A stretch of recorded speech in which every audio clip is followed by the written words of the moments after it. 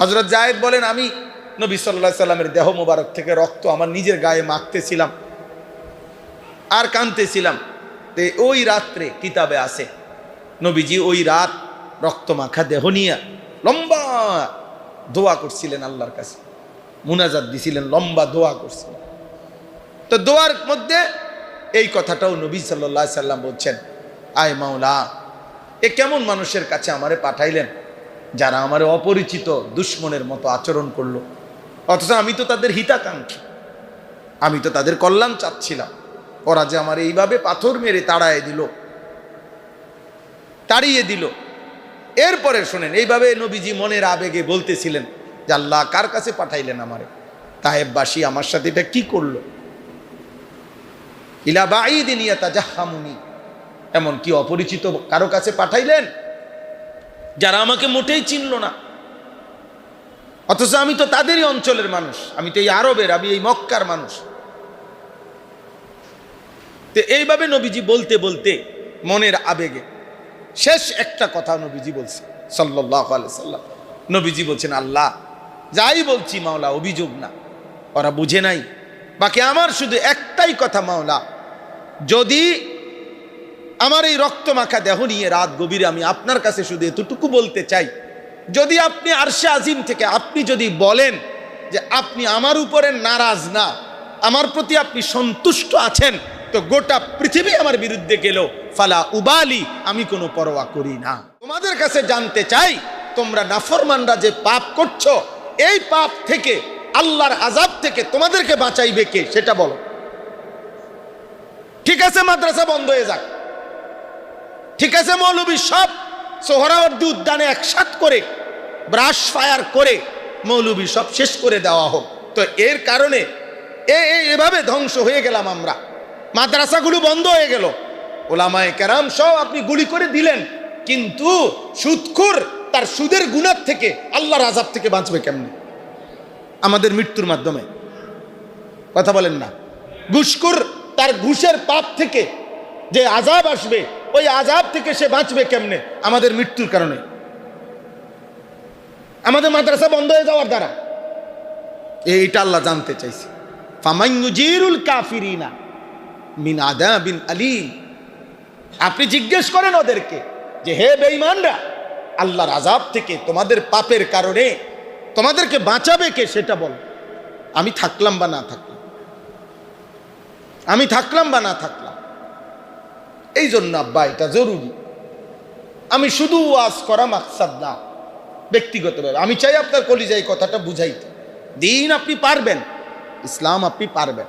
1 ঘন্টা বয়ান করে, 40-50 মিনিট বয়ান করে 30 পারা কোরআন আপনারে তুলে দেওয়া সম্ভব না। 23 বছরের ইসলাম পুরা বুঝাইয়া দেওয়া সম্ভব না, কিন্তু কলিজার মধ্যে এই ভাবনা জাগাইতে চাই আমরা যে আপনি পারবেন।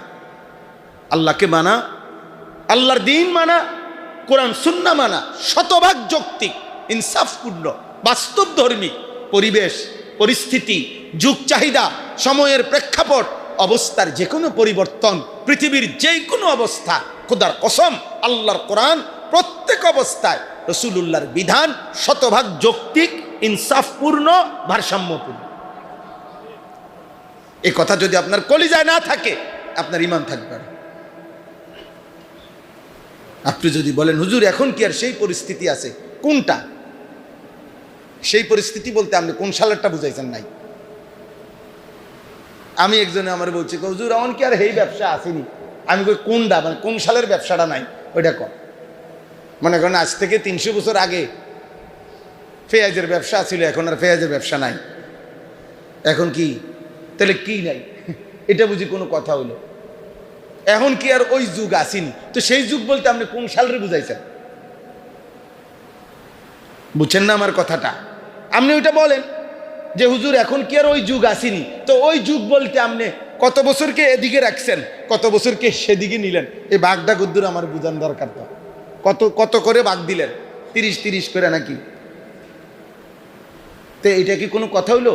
এটা কি কোনো অজুহাত হইল? না, সোজা কথা এটা।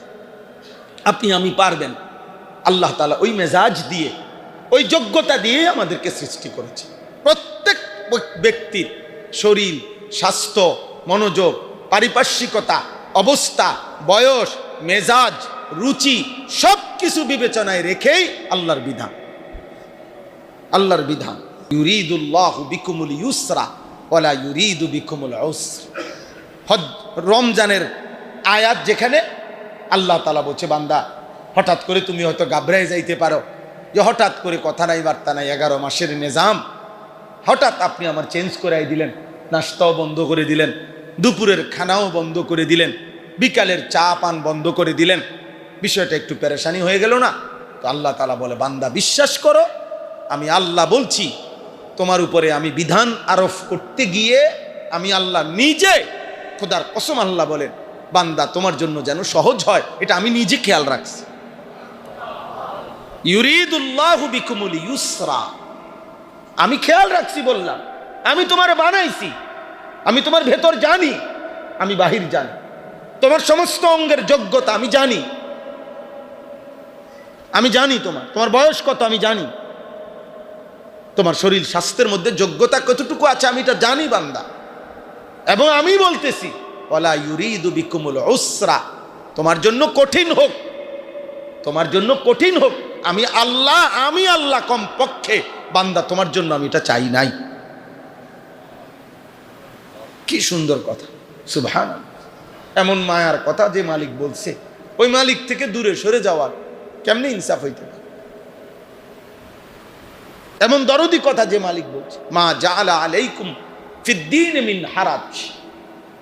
আল্লাহ তাআলা বলেন, মা জাআলা আলাইকুম ফিদ্দীন মিন হারাজ, আল্লাহ তোমাদের উপরে দ্বীনের নামে, শরীয়তের নামে, বিধানের নামে কোনোভাবেই আল্লাহ বলেন মিন হারাজ, কোনো পেরেশানি, কোনো মুসিবত আল্লাহ তোমাদের উপরে দেন নাই, কোনো ঝামেলা পাকায় নাই। আমি তোমার সব দিক খেয়াল করে তোমার জন্য বিধান দিস, তোমার জন্য বিধান দিস। অতএব দিন মানা সহজ, আল্লাহকে মানা সহজ, সম্ভব। সম্ভব কিনা বলেন? আমাদের জন্য সম্ভব, সম্ভব। আপনি মানুষ, আর আল্লাহ তাআলা মানুষকেই বানাইছে ইবাদতের জন্য। আর আল্লাহ তাআলা অযৌক্তিক করে না। ইন্নাল্লাহা লা ইয়াজলিমু মিসকালা যাররা, আল্লাহ বলেন নিশ্চয়ই আল্লাহ এক জাররা জুলুম করে না। আল্লাহ কি করতে পারে না? জুলুম করতে পারে না। আল্লাহ পারেন। এই জন্য দয়া করে আপনাদের সবার কাছে অনুরোধ, আমি সহ আমরা সবাই এই সহজ কথাটা বুঝতে চেষ্টা করেন। আপনি পজিটিভ ভাবেন, আল্লাহর দিন মানা, হালাল হারাম, পাক না পাক, জায়েজ না জায়েজ, দিন শরীয়ত।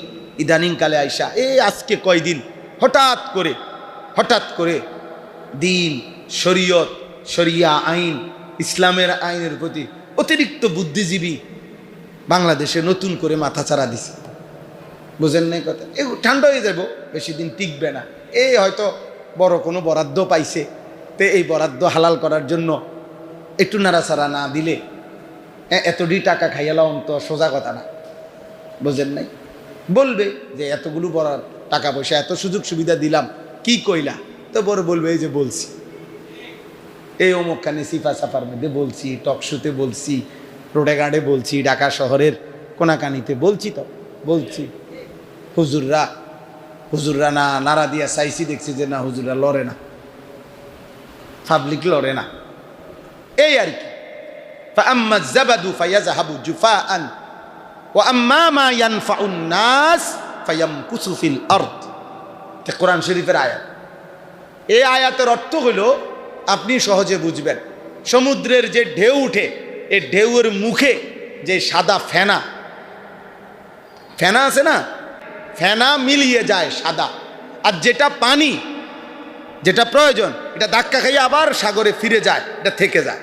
তা আল্লাহ বলে, যা ফেনা তা শুকিয়ে যায়, মিলিয়ে যায়, যা উপকারী তা মানুষের জন্য টিকেই থাকে। এজন্য 1450 বছরে প্রতিবারেই নাস্তিক, মুরতাদ, আল্লাহদ্রোহী, আল্লাহ বিরোধী, কোরআন সুন্নাহ বিরোধী যখন যে ব্যক্তি সম্প্রদায় চেষ্টা করেছে, মাথাচাড়া দিছে, ফেনার মতো মিলিয়ে গেছে, আল্লাহর দিন আছে, ছিল, থাকবে ইনশাআল্লাহ।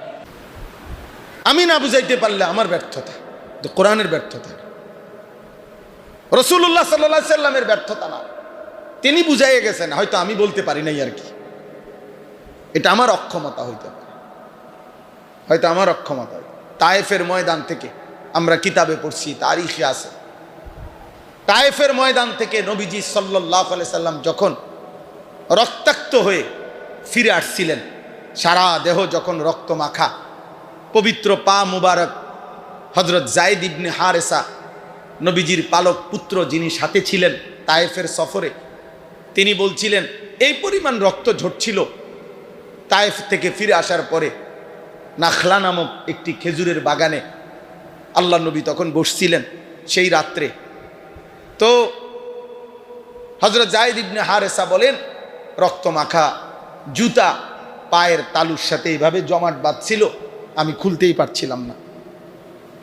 হযরত যায়েদ বলেন, আমি নবী সাল্লাল্লাহু আলাইহি সাল্লামের দেহ মোবারক থেকে রক্ত আমার নিজের গায়ে মাখতেছিলাম আর কাঁদতেছিলাম। তো ওই রাত্রে কিতাবে আছে নবীজি ওই রাত রক্ত মাখা দেহ নিয়ে লম্বা দোয়া করছিলেন, আল্লাহর কাছে মুনাজাত দিছিলেন, লম্বা দোয়া করছিলেন। তো দোয়ার মধ্যে এই কথাটাও নবী সাল্লাল্লাহু আলাইহি সাল্লাম বলছেন, আয় মাওলা, এ কেমন মানুষের কাছে আমারে পাঠাইলেন যারা আমারে অপরিচিত দুশ্মনের মতো আচরণ করলো, অথচ আমি তো তাদের হিতাকাঙ্ক্ষী, আমি তো তাদের কল্যাণ চাচ্ছিলাম, ওরা যে আমার এইভাবে পাথর মেরে তাড়িয়ে দিল। এরপরে শোনেন, এইভাবে নবীজি মনের আবেগে বলতেছিলেন যে আল্লাহ কার কাছে পাঠাইলেন আমারে, তায়েফবাসী আমার সাথে এটা কি করলো, ইলা বাঈদিন ইয়াতাজাহামুনি, এমন কি অপরিচিত কারো কাছে পাঠাইলেন যারা আমাকে মোটেই চিনল না, অথচ আমি তো তাদেরই অঞ্চলের মানুষ, আমি তো এই আরবের, আমি এই মক্কার মানুষ। তো এইভাবে নবীজি বলতে বলতে মনের আবেগে শেষ একটা কথা নবীজি বলছে সাল্লাল্লাহু আলাইহি সাল্লাম।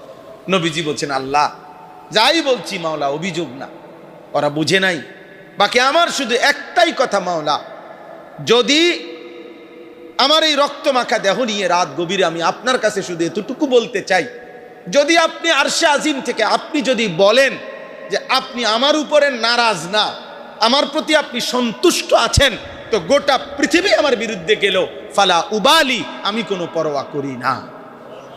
আপনি বলেন আপনি খুশি আছেন কি, রক্ত ঝরুক আর ভিজে যাক, আপনি এটা শুধু আমারে বলেন, আপনি কোনো রাগ করছেন কিনা, আপনি আমার উপরে খুশি আছেন কিনা। অতএব ইমানদারের কথা এটাই, মুমিনের কথা এটাই, আল্লাহর দিন যে মানে তার কথা এটাই, যে মাওলা যদি বলেন আপনি খুশি আছেন, এবার পৃথিবী উল্টে যাক, অসুবিধা নেই। যদি বলেন আপনি নারাজ, তো গোটা পৃথিবী খুশি হলে আমার কি হবে। जो तू मेरा तू सब मेरा, फलक मेरा जमी मेरा। খাজা আজিজুল হাসান মজজুব রহমতুল্লাহ আলাইহি বলছেন, আল্লাহ যদি আপনি আমার হন তো সবই তো আমার, আসমানও আমার, জমিনও আমার। আগার এক তু নেহি মেরা তো কুই শাই নেহি মেরি, যদি একজন আপনি আমার না হন, আমার আর কিছুই নাই। মুজাহিদ আজম আল্লামা শামসুল হক ফরিদপুরি রহমতুল্লাহ আলাইহি বলতেন, তুমি আল্লাহকে পেয়েছো, সবই পেয়েছো, আল্লাহকে পাওনি, কিছুই পাও। আমার শায়েখ আল্লামা মুফতি মুশতাকুন নবী কাসিমি হুজুর সব সময় বলে, আল্লাহকে পেয়ে যদি কেউ গোটা দুনিয়াও হারায়, কিছুই হারায়নি। আল্লাহকে না পেয়ে যদি কেউ গোটা দুনিয়াও পায়, কসম খোদার সে কিছুই পায়নি। আল্লাহ পেয়ে সব হারাইলেও কিছুই হারায় না, আল্লাহ না পেয়ে সব পেলেও কিছুই পাওয়া হয়, কিছুই পাওয়া হয়। চলেন, লম্বা কথা বললাম এই বিষয়টা, আমার একটা উদ্দেশ্য হলো, এই সজল আবুল বাশার ভাই তারা গেছেন, সজল সব জুমা আমার পিছনে নামাজ পড়ে, প্রত্যেক জুমায় ওই বলে এখানে আসতাম একটা দিন, যেদিনে হোক, এই জন্য আসছি। আপনাদের সাথে সাক্ষাৎ হইল, অল্প একটু কথা বলার সুযোগ হইল।